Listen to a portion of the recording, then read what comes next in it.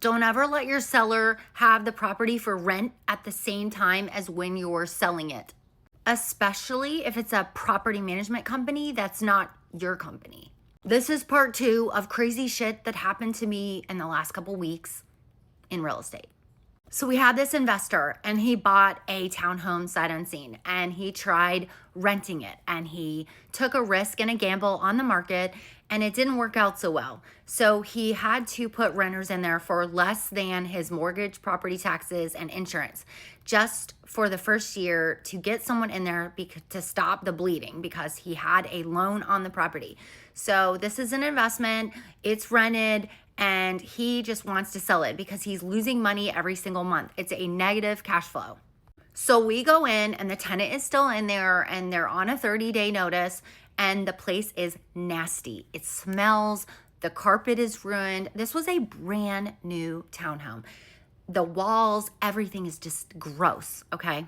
So we give notice and we tell the guy, like, listen, we're gonna price it really low. We're gonna get this property out from underneath you. I know you need to use some money on some other investment. So let's do what we need to do. We go in there, we use an ozonator, we get new flooring, we get it painted. We find out like there's the drip pans full of water from the HVAC, like the filters need to be replaced. There's so many things going on with this property. These tenants really messed up. So the property management company gets fired and we put it for sale. So guess what? We're going through the winter time. There's like 3,000 other townhomes for sale. It's not selling. We're getting some showings. It's not selling. We keep dropping the price. This guy is like losing money at this point. Like he's going to bring money to sell this property. And unfortunately, right here at the end, like he gets like strong armed by a property management company and decides, well, let me put it for rent and for sale because I can't continue to pay all these mortgage payments every month. I'm drowning. Now remember, the property is empty, but it's rehabbed and it's way better now. It's beautiful. It still has a slight smell from food odor, if you understand. There's some foods have a really strong odor and they just get in the walls and there's just nothing you can do about it. So now we have it for rent and we have it for sale and we tell the property management company, hey, we have a hot buyer on the line. And we tell them that like on Thursday or Friday and it's all in emails and text.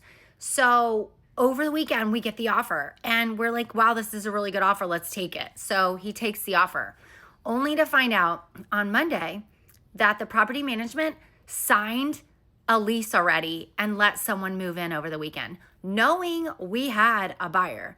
This property management company that is not our company was able to sign the lease for the seller. The seller didn't know that they had that ability to do that, to place someone and sign a lease.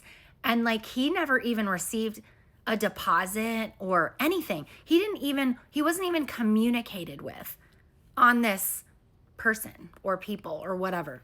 So there's tenants and stuff in the property and the buyers we signed the contract, the buyers signed with the seller. And they're like, hey, this place is kind of trashed. Like there's like beer bottles and liquor bottles all over and behind the toilet and it's pretty gross and there's like crap everywhere. We're like, what the fuck? So we're contacting the property management company. What is going on? To me, this is considered predatory because they knew we had a hot prospect, but that property manager wanted to go ahead and get paid and get a fee because they didn't want to waste their time. So they put someone in there really quick. That's my thought process. I don't know, but I might be reaching. But anyway, we reach out to the broker, all the people, and they're offering the tenants to leave because it's in the client's best interest to sell the property, not to rent it for less than what he owes and continue to lose money.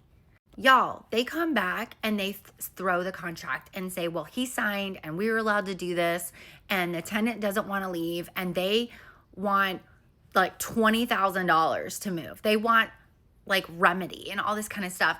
And our client has to go talk to an attorney, find out his obligations and all this stuff. And guess what? He has his arms tied behind his back. He's stuck. Like, unless he wants to spend like $10,000 getting them out, he has to honor the contract that the property management signed on his behalf. And we had to get out of the purchase contract. And then it was dead, done deal. And we're out. We made zero. He's stuck with renters who he knows are probably trashing his property. And the property manager doesn't seem to care at all.